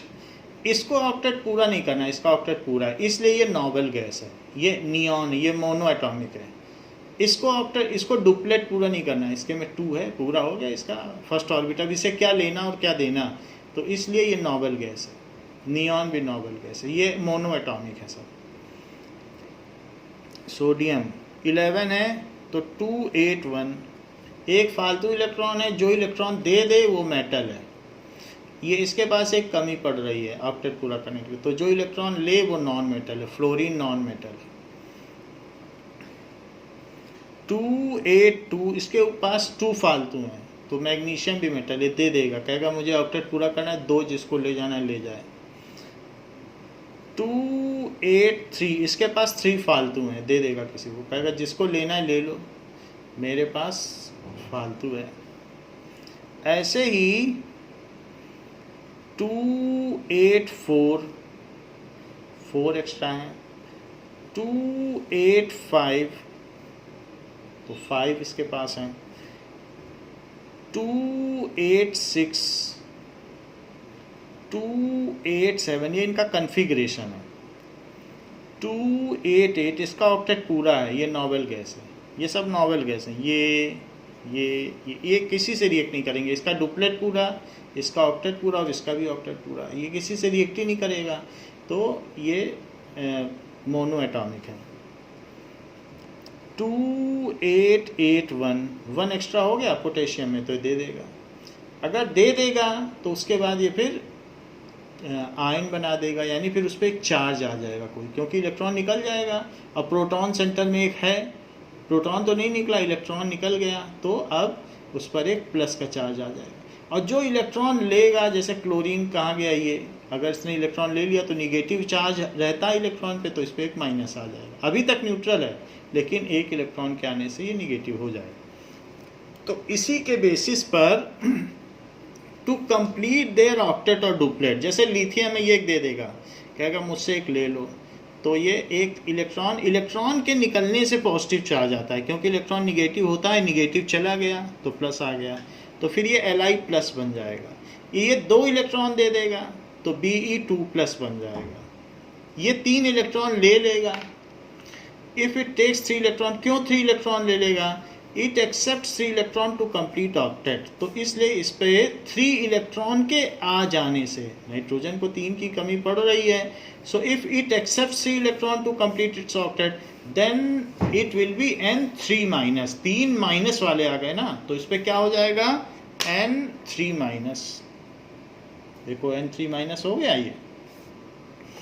ऐसे ही ऑक्सीजन कितने लेगा, यहाँ से प्रेडिक्ट कर सकते हो, ऑक्सीजन 2 ले लेगा, तो ऑक्सीजन 2 लेगा क्योंकि इसको अपना ऑक्टेट पूरा करना है, तो ऑक्सीजन अगर 2 ले लेगा तो इस पर कितना माइनस आएगा, O2 माइनस, यहाँ देखो O2 माइनस आ गया, ऑक्सीजन ले लेगा तो जो इलेक्ट्रॉन लेगा उस पर आइड लग जाता है, क्योंकि निगेटिव चार्ज को आइड बोलते हैं, और जो इलेक्ट्रॉन देगा उसको ईएम कहते हैं, तो ईएम लग जाएगा, तो जो जिसने दिया वो ईएम बन गया, तो मेटल में ईएम लगेगा, और जो लेगा नॉन मेटल में सब में देखो आइड लगा हुआ है।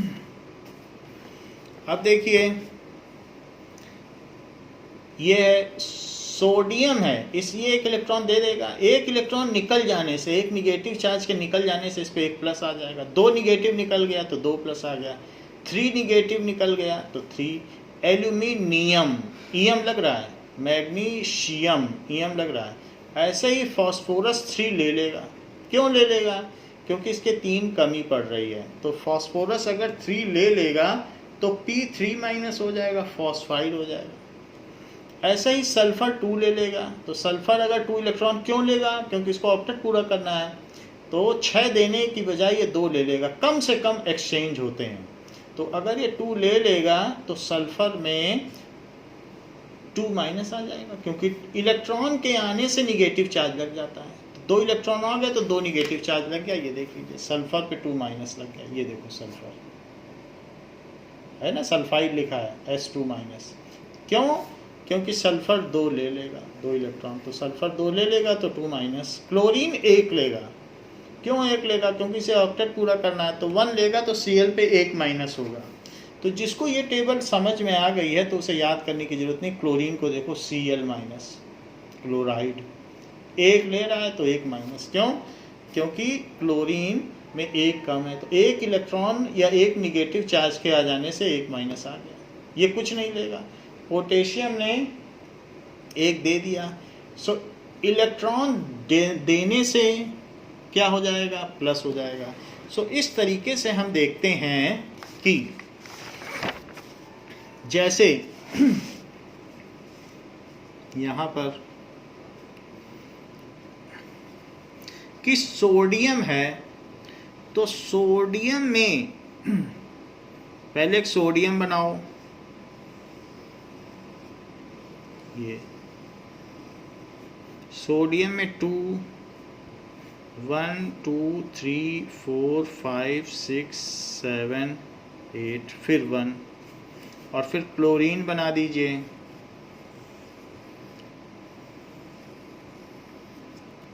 1 2 पहले में 2, फिर 1 2 3 4 5 6 7 8 और फिर 7।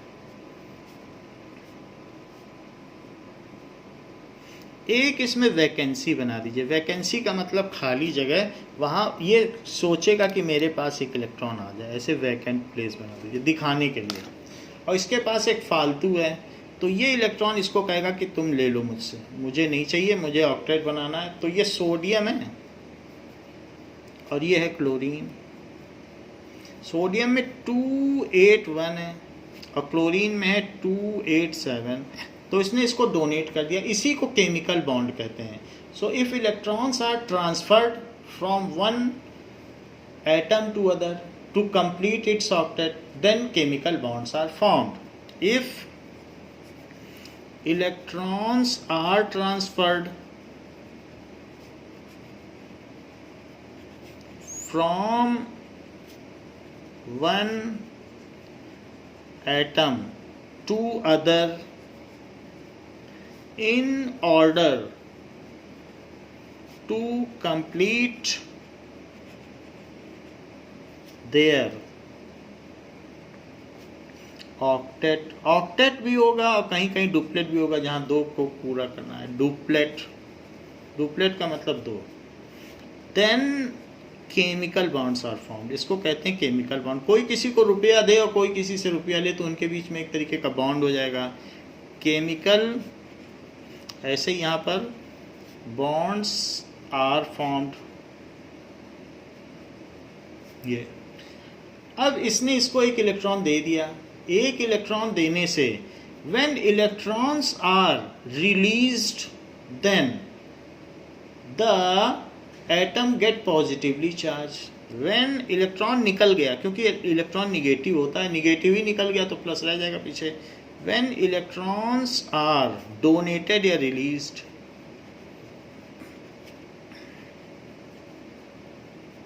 देन जो एटम होगा get positively charged.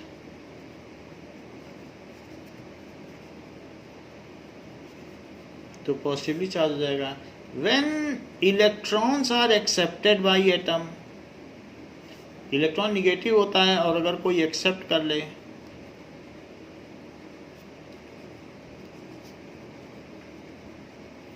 Then atom get negatively charge, negative charge. क्यों? क्योंकि इलेक्ट्रॉन निगेटिव है तो उस पर निगेटिव चार्ज आ जाएगा, निगेटिव किसी पे भी बैठेगा उसको निगेटिव कर देगा। तो अब इस सोडियम ने उसको एक इलेक्ट्रॉन दे दिया, तो अब सोडियम का कैसा स्ट्रक्चर बन गया, 2 और 8, एक इसने दे दिया, अपनी एक ऑर्बिट ही खाली हो गया, उसमें कुछ बचा नहीं तो ऑर्बिट भी नहीं दिखाएंगे। 1 2 3 4 5 6 7 8, अब ये Na+ बन गया और इसका 2 8 रह गया, और क्योंकि इसने एक दे दिया। और इस क्लोरीन ने एक इलेक्ट्रॉन इससे ले लिया, तो एक इलेक्ट्रॉन जब ले लिया 4 5 6 7 8, यहाँ तक तो ठीक है, यहाँ भी अब 8 हो जाएगा। 1 2 3 4 5 6 7, और एक इसने इस जगह पे एक ले लिया एक्स्ट्रा, इसी से आया इसके पास, तो इस Cl पे माइनस हो जाएगा। 2 8 8, पहले 2 8 7 था, अब 2 8 8 हो गया, एक ले लिया।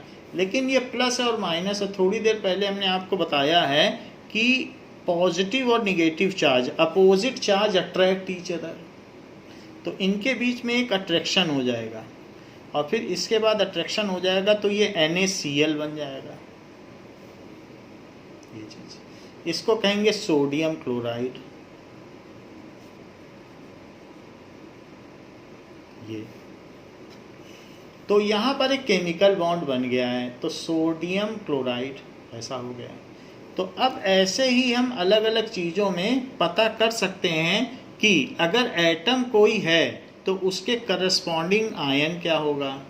जैसे कि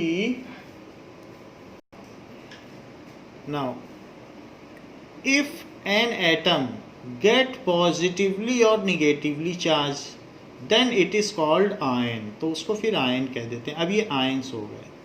तो इफ सम एटम और ग्रुप ऑफ एटम्स, कभी कभी ग्रुप ऑफ एटम्स भी हो सकते हैं, गेट पॉजिटिवली और negatively charge then it is called ion. तो सबसे पहले हम ये आयन देख लें। If some atom get positively और negatively charged, then it is called ion।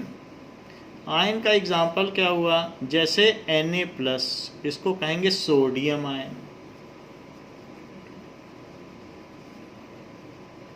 और Cl-, जब माइनस लगता है तो आइड लग जाता है, और प्लस लगता है तो Em, तो chloride ion. Ions are formed because atom want to complete their octet, तो ये अपना इलेक्ट्रॉन दे के ऑक्टेट पूरा कर रहा है और ये लेके। सो मेटल फॉर्म्स, जो मेटल होते हैं they form positively charge ions, क्योंकि वो इलेक्ट्रॉन देते हैं। Metal form positively charged ion as they have tendency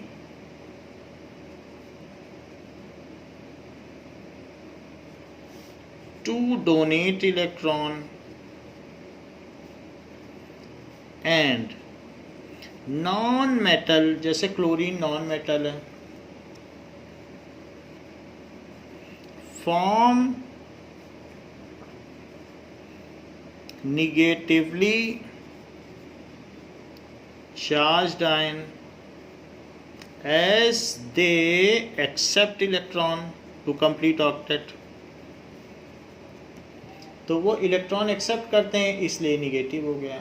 और ये मेटल है, जिसने दिया वो मेटल, जिसने इलेक्ट्रॉन लिया वो नॉन मेटल। मेटल और नॉन मेटल की यही डेफिनेशन है। अब हम जरा देखें कि अगर हमें किसी का कॉन्फ़िगरेशन पता है तो क्या हम उसका आयन सोच सकते हैं। जैसे ये देखो हाइड्रोजन, हाइड्रोजन का कॉन्फ़िगरेशन है 1। अगर ये इलेक्ट्रॉन ले ले तो अपना डुप्लेट पूरा कर ले, तो ये ले भी लेता है। किसी से इलेक्ट्रॉन एक्सेप्ट कर ले, तो ये देखो एक इलेक्ट्रॉन है इसके पास, और कहीं से किसी से एक इलेक्ट्रॉन और ले ले, कोई इसको दे दे, तो ये अपना डुप्लेट पूरा कर लेगा। नाउ इन दिस केस अगर ये किसी से इलेक्ट्रॉन ले लेगा तो ये H माइनस बना देगा। एक ले ले किसी से इलेक्ट्रॉन, कोई भी देने वाला आ जाए, कोई भी मेटल आ जाए, तो किसी से ले ले, तो ऐसे केस में इसका कन्फिग्रेशन 2 हो जाएगा। एक काम और भी करता है, ये कहे कि हमें कुछ रखना ही नहीं है, मेरा भी इलेक्ट्रॉन ले लो, मुझे डुप्लेट ही नहीं पूरा करना है। तो ऐसे केस में जब इलेक्ट्रॉन रिलीज हो जाता है तो इस पर पॉजिटिव चार्ज आ जाएगा, क्योंकि सेंटर में प्रोटॉन है, तो प्रोटॉन तो प्लस होता है, तो इसलिए ये H प्लस भी बन जाएगा। फिर इसके पास कोई इलेक्ट्रॉन नहीं रहेगा। तो हाइड्रोजन जो है वो हाइड्रोजन आयन भी बनाता है और हाइड्राइड आयन भी बनाता है। तो हाइड्रोजन की प्रॉपर्टी है कि ये H प्लस भी बनाता है और H माइनस भी बनाता है। प्लस बनाएगा तो इसे हाइड्रोजन आयन कहेंगे, और माइनस बनाएगा तो हाइड्राइड बोलेंगे। सो दिस इज हाइड्राइड आयन, और ये है हाइड्रोजन आयन। ऐसे ही आप और आगे देखें कि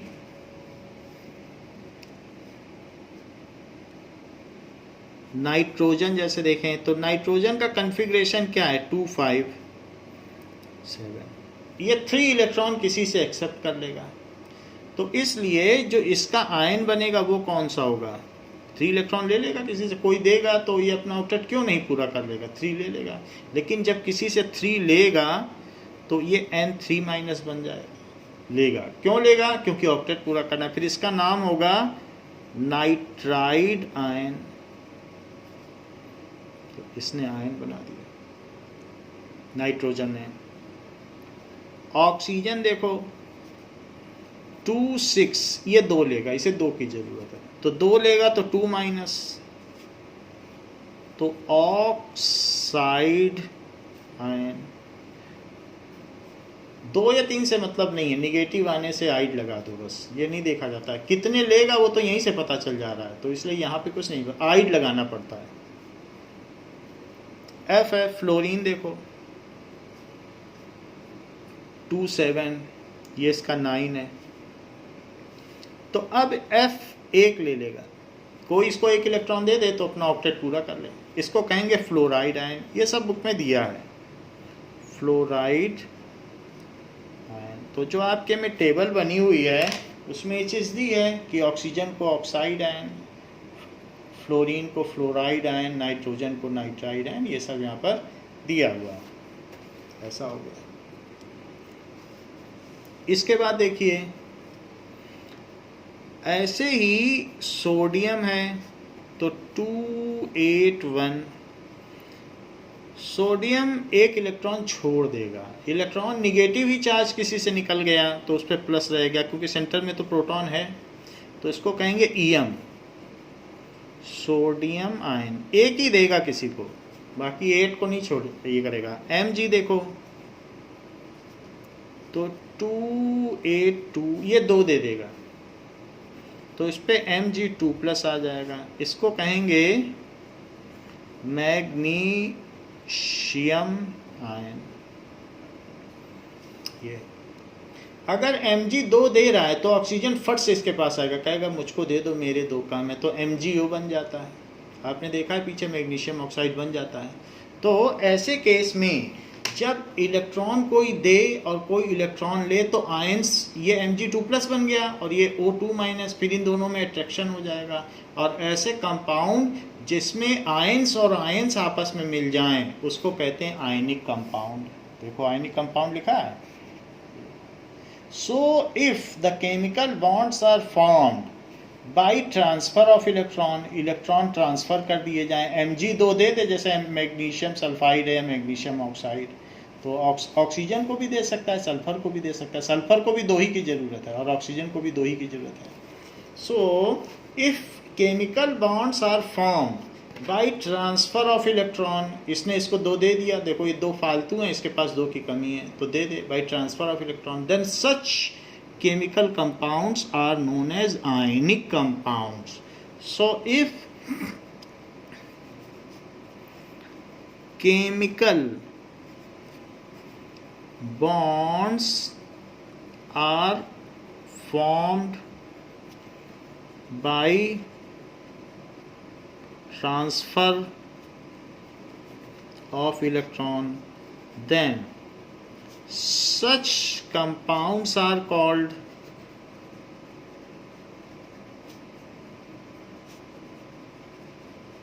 ionic compound.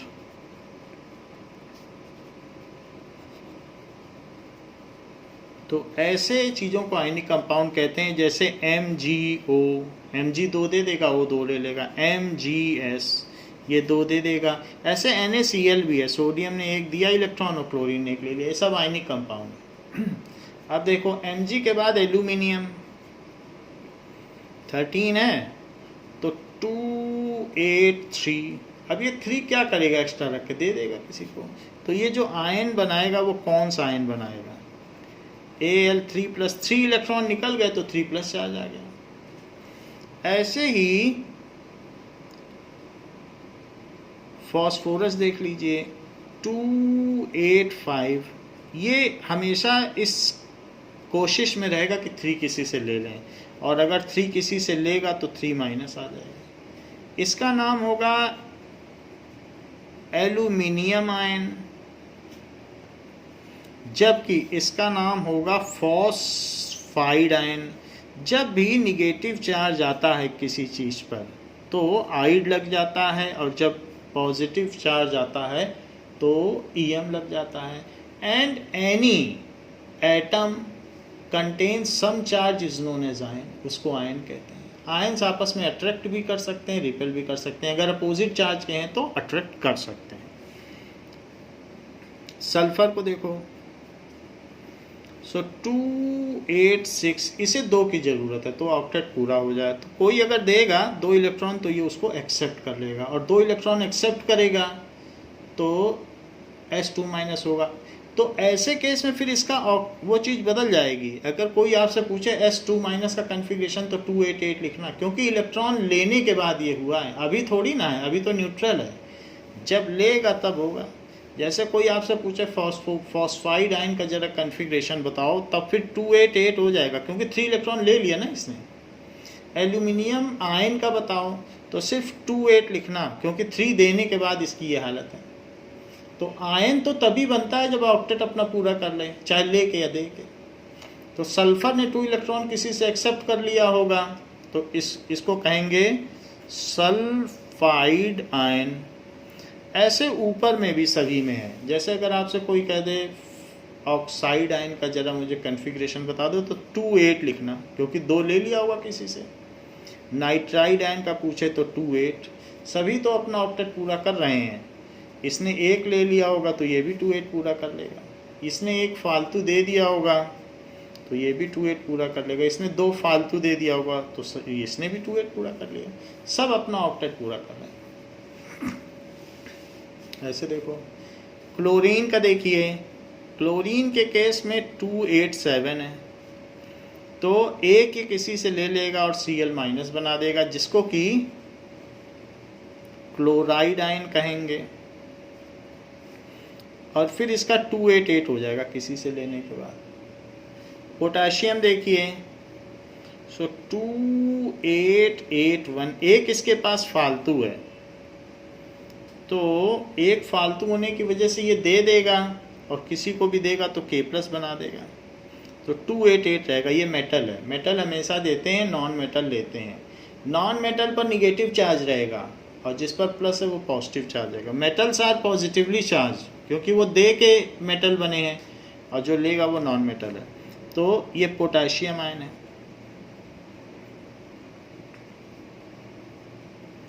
ऐसे ही कैल्शियम 20, 2882, इस पे 2 एक्स्ट्रा है, तो 2 एक्स्ट्रा होने की वजह से क्या करेगा, ये 2 दे देगा, तो इस पर 288 आ जाएगा। इसको कहेंगे कैल्शियम आयन। ये चीज़ हो गई। तो इस तरीके से हमने देख लिया कि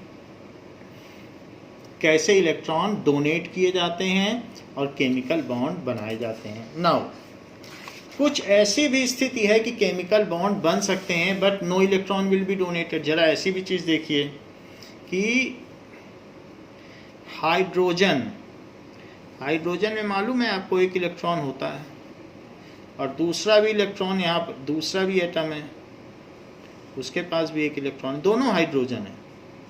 दोनों कहते हैं कि क्यों ना हम लोग पास पास आ जाएं और एक दूसरे से इतने पास आ जाएं कि मेरे इलेक्ट्रॉन को तुम अपना मानो और तुम्हारे इलेक्ट्रॉन को हम अपना माने। इसको कहते हैं शेयरिंग। ये है, कहता है हम लोग एक दूसरे में इंटरवूवन हो जाएं, इंटेंगल हो जाएं। तो अब तुम्हारी ऑर्बिट में भी दो हो जाए, तुम्हारी ऑर्बिट हमारी बन जाए, हमारी ऑर्बिट तुम्हारी बन जाए, तो ऐसे केस में H2 बन जाता है। H और H मिल गया, इसको कहते हैं शेयरिंग। ना इसने इसको दिया ना इसने इसको दिया और ये बन गया H2, तो H2 बन गया, ऐसा होगा। Now in this way it is called sharing of electron. तो ऐसे इनमें शेयरिंग हो जाती है। सो कई बार इलेक्ट्रॉन की शेयरिंग से भी बॉन्ड बनते हैं। तो केमिकल बॉन्ड्स क्या होते हैं? The bond formed by transfer, either bye transfer of electron. जैसे सोडियम में आपने देखा तो सोडियम में एक इलेक्ट्रॉन एक्स्ट्रा था, सिर्फ आउटर मोस्ट ही दिखा रहा हूँ, और क्लोरीन में आउटर मोस्ट में कितने थे? 7 थे। तो इसने एक इलेक्ट्रॉन इसको दे दिया, बोला कि आप अपना ऑक्टेट कंप्लीट करो। तो जब ऑक्टेट कंप्लीट किया सो इट इज़ प्लस और Cl ने अपना 8 बाहर पूरा कर लिया, ये माइनस। तो इस चीज़ को कहते हैं, ये जो चीज़ है इसने अपना ऑक्टेट पूरा कर लिया, सो इसको कहेंगे बाय ट्रांसफ़र ऑफ इलेक्ट्रॉन। तो दो तरीके के केमिकल बॉन्ड्स होते हैं, एक बाय शेयरिंग ऑफ इलेक्ट्रॉन, तो यहाँ पर शेयरिंग हुई है, ट्रांसफ़र नहीं हुआ, दोनों ने आपस में साझेदारी कर ली है, शेयरिंग ऑफ इलेक्ट्रॉन। और ये है transfer of electron. So chemical bonds are formed between 2 or more atoms either by sharing of electron or by transfer of electron. So chemical bonds are formed between 2 or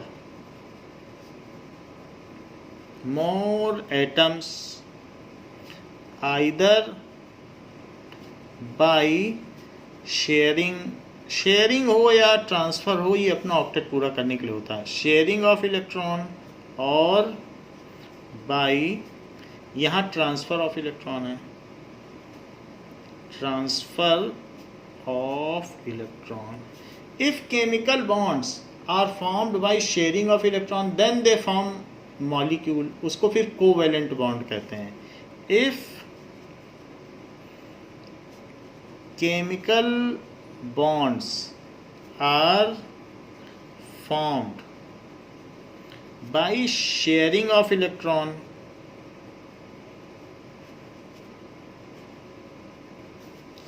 then such bonds are called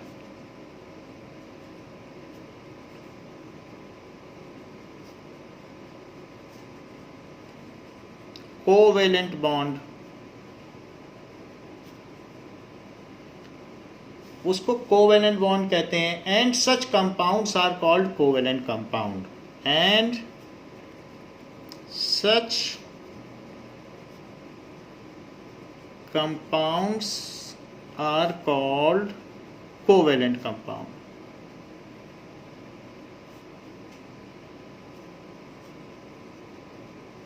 ऐसे compound को covalent compound कहते हैं। They are molecular in nature, these are molecular in nature. So these are molecular in nature, molecular होते हैं ये, these are molecular in nature। तो जैसे हमने आपको बताया H2, तो H2 एक मॉलिक्यूल है, एग्जाम्पल है H2, कोवेलेंट कंपाउंड। तो इसका ये हो गया H2। आप ऐसे भी देख सकते हैं कि ऑक्सीजन है, ऑक्सीजन की आउटर मोस्ट में कितने इलेक्ट्रॉन है, आउटर मोस्ट ही सिर्फ बना रहा हूँ, 1 2 3 4 5 6 8 चाहिए। तो इसने हाइड्रोजन से रिक्वेस्ट की कि तुम्हारे पास 1 है, और दूसरे हाइड्रोजन से भी रिक्वेस्ट की कि तुम्हारे पास भी 1 है। ऐसा करो, क्यों ना हम लोग पास पास आ जाएं और वाटर मॉलिक्यूल बना लें। तो इन लोगों ने ऑक्सीजन की बात मान ली, and now they came closer to oxygen. Hydrogen थे और हाइड्रोजन ये पास आ गए, और अब ऐसे केस में एक इसका और एक इसका, तो दोनों ने बोल दिया कि हमारी और आपकी ऑर्बिट मिक्स हो गई, अब आप मेरा अपना मानिए और मैं आपका मानता हूँ, ऐसे इसने भी कह दिया। अब देखो ऑक्सीजन के काउंट करो, 8 हो गए और इसके 2 हो गए। तो इस तरीके से यहाँ पर बाई शेयरिंग ऑफ इलेक्ट्रॉन हुआ। तो H2O भी एक मॉलिक्यूल है ऐसे, तो इस तरीके से भी बॉन्ड बन जाते हैं। तो ये सब कोवेलेंट है, या शेयरिंग से हो रहा है। जैसे नाइट्रोजन को देखिए, नाइट्रोजन के आउटर मोस्ट में 5 होते हैं, आपको बता दिया गया है 2 5 होते हैं, तो आउटर मोस्ट में 5 हैं, 2 तो ये हो गए। इसने 3 हाइड्रोजन एटम से बात की कि if you come close to me as you are having 1 electron, then we can share electron to complete your duplet and my octet। तो इन लोगों ने आपस में बात कर ली और ये अब एक दूसरे के ऑर्बिट में ऐसे शेयरिंग कर लिए। तो ये नाइट्रोजन है, 2 इलेक्ट्रॉन तो पहले से ही थे, एक इसका अपना और एक हाइड्रोजन का, एक अपना और एक हाइड्रोजन का, एक अपना और एक हाइड्रोजन का। तो इसके 8 हो गए और इन तीनों हाइड्रोजन के डुप्लेट हो गए। तो इस तरीके से NH3 बन गया, जो कि अमोनिया है। तो NH3 भी एक मॉलिक्यूल हो गया। तो इस तरीके से हमने आपको बताया कि how the covalent bonds are form. So if bonds are formed by sharing of electron, then they are called covalent bond. Now if chemical bonds are formed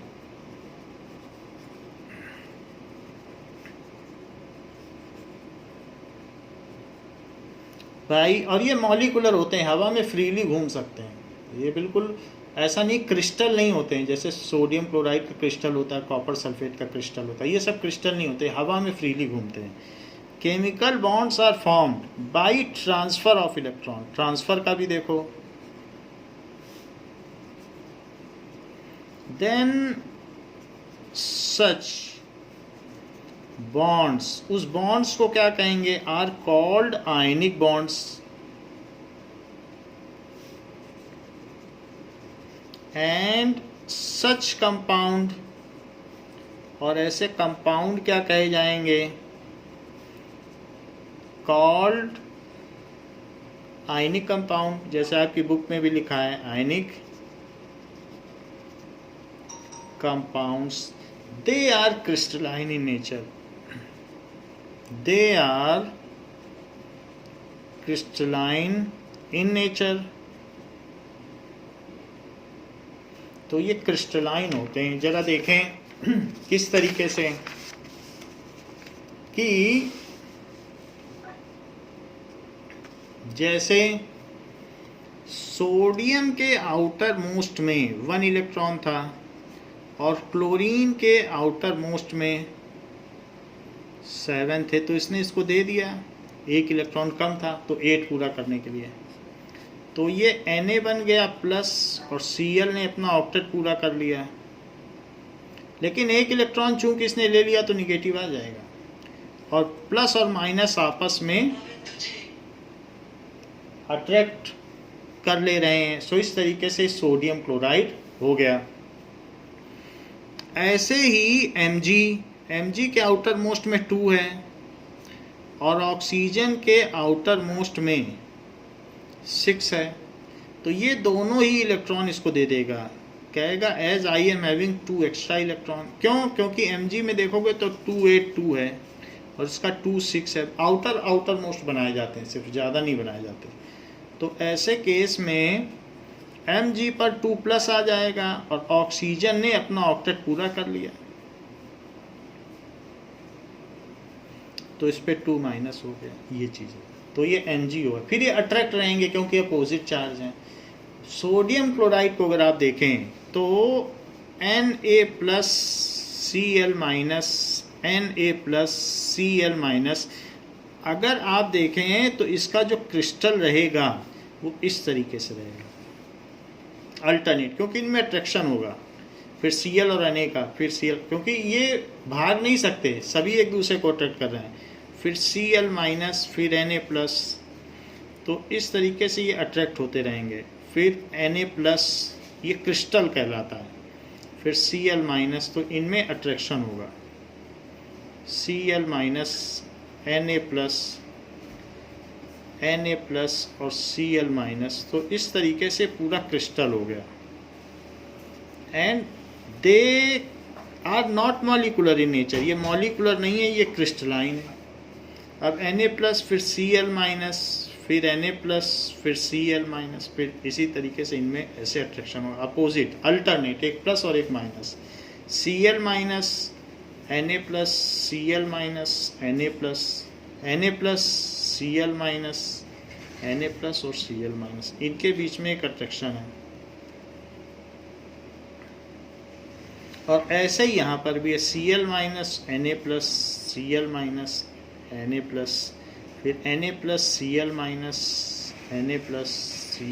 Cl-, तो ऐसे धीरे Na+, Cl-, Na+, तो ये ऐसा एक compound बनता चला जाएगा। सो this is crystal of NaCl, खड़े नमक का crystal of NaCl। Now such is the crystal of NaCl। यहाँ पर आप देख रहे हैं कि Na और Cl का, जिसमें ग्रीन कलर क्लोरीन है और जो पर्पल कलर है वो सोडियम है। छोटा वाला सोडियम है, बड़ा वाला क्लोरीन है। तो इस तरीके से इनके क्रिस्टल्स बनते हैं। ये चीज़ यहाँ पर दिखाई गई है, अल्टरनेट। तो कोई भाग नहीं सकता है, क्योंकि प्लस माइनस का एक नेटवर्क बन जाता है। आयनिक कंपाउंड इसी तरीके से होते हैं। कॉपर सल्फाइड का क्रिस्टल भी, आप कॉपर सल्फेट का क्रिस्टल आपने देखा ही है।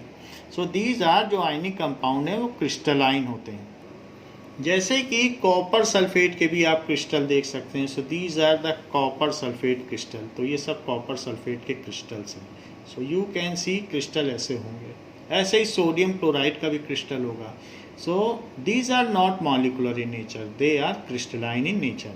तो हमने देख लिया कि केमिकल बॉन्ड्स बनते हैं या तो शेयरिंग ऑफ इलेक्ट्रॉन से या ट्रांसफ़र ऑफ इलेक्ट्रॉन से। ये दोनों चीज़ें हमने देख ली।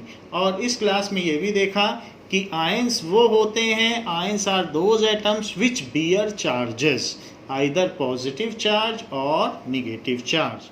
तो बच्चों, इस क्लास के लिए इतना ही। नेक्स्ट क्लास में हम डिफरेंट टाइप्स के आयंस और उनके केमिकल फार्मूले पर डिस्कस करेंगे। थैंक यू बच्चों।